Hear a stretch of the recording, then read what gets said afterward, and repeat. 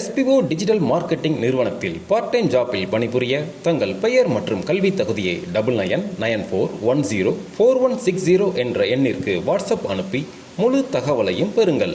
Skip பண்ணாதீங்க, பெரிய தப்பு. தினம் 300 ரூபாய் சம்பாதிக்க அரிய வாய்ப்பு. இன்ஸ்டாகிராம், Facebook பயன்படுத்த தெரிந்தால் போதும். Content post and content publishing மூலமா தினம் 300 ரூபாய் சம்பாதிக்கலாம். இந்த வேலை செய்ய 5 நிமிடம் போதும். Work training support, group communication support, all language customer live chat support, முக்கியமா சொந்தமா ஒரு பிசினஸ் ஸ்டார்ட் பண்ற அளவுக்கு உங்களால கற்றுக்கொள்ளவும் முடியும், சம்பாதிக்கவும் முடியும். இந்த வேலை வாய்ப்பு வழங்குவது 5 வருடத்திற்கு மேல ரன் ஆகிட்டு இருக்க நம்ம தமிழ்நாட்டு company school of business organisation private limited. மேலும் விவரங்களுக்கு டிஸ்கிரிப்ஷன்ல கொடுத்திருக்க நம்பருக்கு வாட்ஸ்அப் பண்ணுங்க.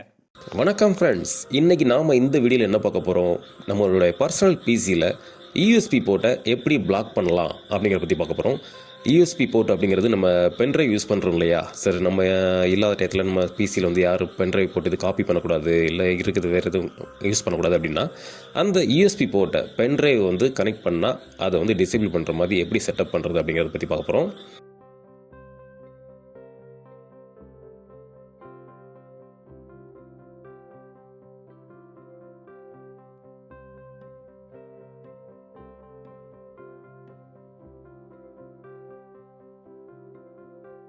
ஸோ ஃபஸ்ட்டு நம்ம ரன் டயலாக் பாக்ஸ் எடுத்து ரெக் எடிட் அப்படின்னு டைப் பண்ணிட்டு ஓகே கொடுங்க.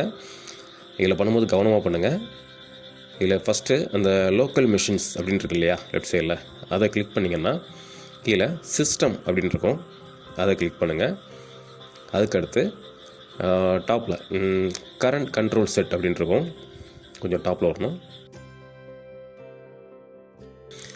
இந்த இருக்கு இல்லையா கரண்ட் கண்ட்ரோல் செட், அதுக்குள்ளே சர்வீசஸ்ன்னு இருக்கும், அதுக்குள்ளே போகணும் அப்படின்னா கீழே லாஸ்ட் வந்தீங்க அப்படின்னா யூஎஸ்பி ஸ்டோர் அப்படின்ற ஒன்று இருக்கும்.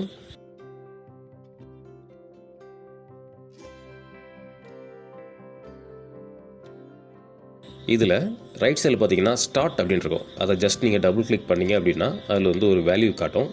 இதில் வந்து 3 இருக்குது, இதை வந்து நம்ம 4ன்னு மாற்றுறோம். 4ன்னு மாற்றிட்டு ஓகே கொடுத்துருங்க. இப்போ இதை நம்ம க்ளோஸ் பண்ணி வெளில வந்துடலாம்.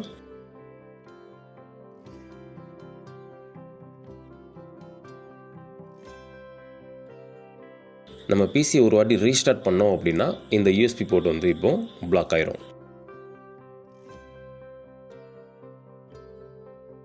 ஸோ இப்போ ரீஸ்டார்ட் பண்ணியாச்சு. இப்போ பார்த்தீங்களா அந்த பென்ட்ரைவ் வந்து நமக்கு காட்டலை.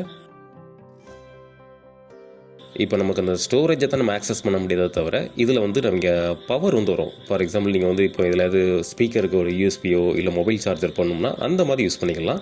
ஸ்டோரேஜாக தான் இதை ஆக்சஸ் பண்ண முடியாது. இப்போ மறுபடியும் எப்படி எனேபிள் பண்ணலாம் அப்படிங்கிறத பார்ப்போம். சேம் அதே மாதிரி ரன் டயலாக் பாக்ஸில் போயிட்டு ரெக் எடிட் டைப் பண்ணி உள்ளே வந்துடுங்க. இது ஃபஸ்ட்டு பண்ணி காட்டுறேன். இது பண்ணும்போது கொஞ்சம் கவனமாக பண்ணுங்கள். வேறு ஏதாவதுல வேல்யூ மாற்றிட்டீங்க அப்படின்னா மேஜர் இஷ்யூஸ்லாம் வர வாய்ப்பு இருக்குது. ஏன்னா ரிஜிஸ்டர் எடிட் பொறுத்த வரைக்கும் ரொம்ப கவனமாக பண்ணணும். லோக்கல் மிஷின் அது உள்ள கீழே வந்து லாஸ்ட் பார்த்திங்கன்னா சிஸ்டம் இருக்கும். அதுக்கப்புறம் அதுக்கு நம்ம செலக்ட் இல்லையா கரண்ட் கண்ட்ரோல் செட், இதை கிளிக் பண்ணி இதுக்குள்ளே சர்வீஸ் போங்க. சர்வீஸ் வந்தீங்கன்னா கீழே அந்த யூஎஸ்பி STORன்னு இருக்கும்.